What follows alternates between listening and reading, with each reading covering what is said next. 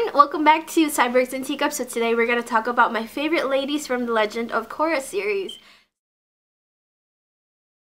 So I just want to put this out there that Kuvira is not on my list because I will have a separate video just dedicated to the villains because she's technically a villain. She wasn't in the beginning, but she became a villain. So this list is not in any way that I'm saying because you're at number 10 that you suck. It's just that there's too many people in the show that it's just hard. Like, I wanted to do this as a top 5, but already 4 of the Beifangs that I love was on the top 5 list. So anyways, I had to make it a 10. So to start with, my favorite earthbender in the whole entire Avatarverse, Toph Beifang. So we meet Toph in the original series with Aang, and then now in the Legend of Korra series. So when we meet Toph in the swamp, she was just there and she knew everything that was going on with the world because of her seismic ability. So she's just using the spirit vines and she could like tap into even if you're all the way in Republic City. But one of my favorite scenes in the Legend of Korra when Toph came back, and it was in the Operation Beifang episode, I believe, and she was just like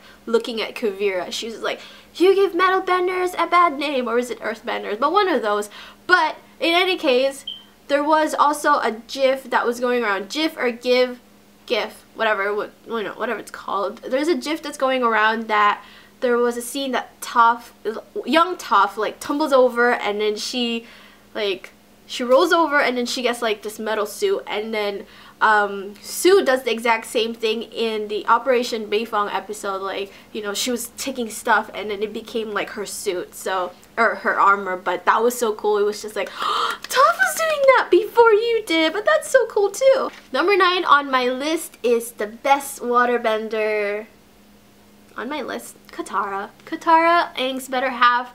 I love her. I also love her from the first series. She's amazing. We only get to see a tiny bit of her in The Legend of Korra. However, she was shown, so she's also one of the people that tried to heal Korra as much as she can because she was known to be one of the best healers in the world. I just love that we got to see her in the show because, you know, it's some sort of essence of the previous series. Number 8 is probably somebody you guys won't think that it's on my list, but it's Eska, the other twin of Desna and Eska, the girl. Now, I love her so much because she's also voiced by Aubrey Plaza, which is like my spirit animal. Eska is just like, she's the next in line to take over the northern, you know, tribe, northern water tribe. So I loved her when she was just feisty. She's like a hopeless romantic, as we saw her, you know, chase after Bolin so many times. But in real world, like, I would love to have a friend like Eska. Jinora, I want to be my child. Jinora is just like a bookworm. She's soft-spoken, she's playful, and she's also a master airbender at a young age. I didn't think of it until the last few episodes of Korra that before the grandkids, Tenzin was the last airbender after Aang died. So when he didn't have kids, he was the only airbender. So if he had died and didn't have kids, there wouldn't be any airbenders left until like the thing that happened after the harmonic convergence, when a lot of people got airbending skills. She's one of the few airbenders that you still see the essence of the older airbenders from Aang's time, where they're like calm, reserved, they're not pro-war, it's just like soft-spoken, very sweet little girl. So for number 6, it is Opal. Opal is such a sweetheart. She's also voiced by Alison Stoner, which is one of my favorite people in the entire world. She's a great dancer, she's a great actress. So now as a voice actor, I'm just like, oh my god, this is Alison Stoner. First time you meet Opal was in Zaofu. It's like, you know, Suyin has a daughter. Opal is such a sweetheart. Same thing as Jinora. She is like, you take Lin and Suyin and a little bit of Toph in there and you get Opal. She's very sweet, she's pretty. She's also the love interest for Bolin, like in half of the entire series.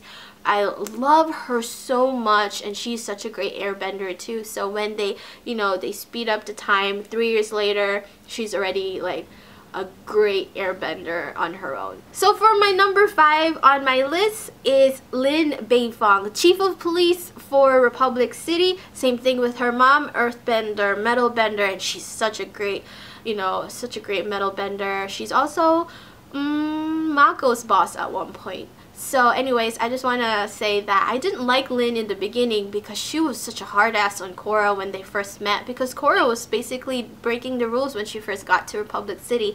However, I just took that back, that I didn't like her, because I love Lin so much, especially when she had to save her family. Same thing with Opal, like when it comes to family, you do not mess with the Beifong. There was a scene in the Avatar The Last Airbender series when Toph and Aang first met.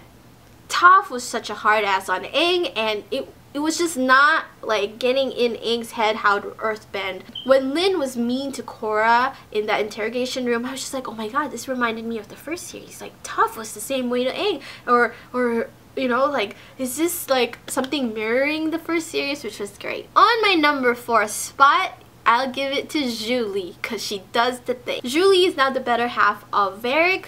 I did not know she's also voiced by the same person that voices Sailor Moon, which was great. I loved her even more. It just makes her character interesting. But the person that I related the most in the show is Julie. I feel like Julie is the Avatar versus me.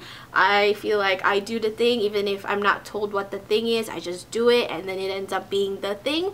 I also love that she was, you know, she was trying to sabotage Kuvira when we all thought that she was already Team Kuvira at the end of, you know, the last couple episodes of book 4. But she tries to save the day, and you know, and then they got married. So that was such a great, like, that was what I was asking for. Julie and Varric to get together, so they're finally together. So that's why Julie is in my number 4 spot, because she is me. Number 3 on my spot is Suyin Beifong. Now, you know, why is Suyin there? I feel like Suyin can be my mom, or Sue. Let's just call her Sue because it's better that way. I love that she was a rebel at a young age. You know, she had a hard time on her own. You know, she had to learn her lessons, and because of that, she's such a better person. She's such a better mom, but, you know, Baatar doesn't think so. So Kuvira doesn't think so either. But we see how caring she is towards her family, and that attitude you could see with Toph. You could also see that with Lin and also Opal. But I just love how badass Sue is, because you think that she's also reserved and quiet, but when, you know, when the going gets rough, she's also a badass. That's why Sue is on my number 3 spot. Number 2 is Asami Sato. Now, Asami is she's such a babe.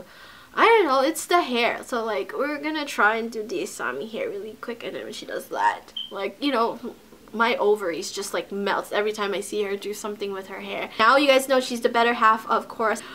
It's canon, do not argue with that. You know, this is not the place to argue with that. We're just gonna sit here and admire how pretty she is. She's also very smart. Asami is now in charge of her dad's company. I think it started in book 2. She's also an engineer herself, and she's not a bender. She just has that glove. I forgot now what it's called, but she could kick some booty too.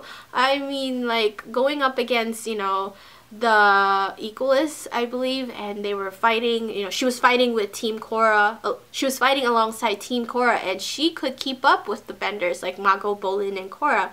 So she does not need her bending, she just needs her smarts, and that's what I love about her so much. Number 1, we will give it to Korra. Korra just grew up in the show in a way that you relate to her. How many times did Korra fail of trying to do something to a point that we thought she lost her bending, she was poisoned, she lost Rava, and she still kept trying. So it's such an inspiration, even if it's a fictional character.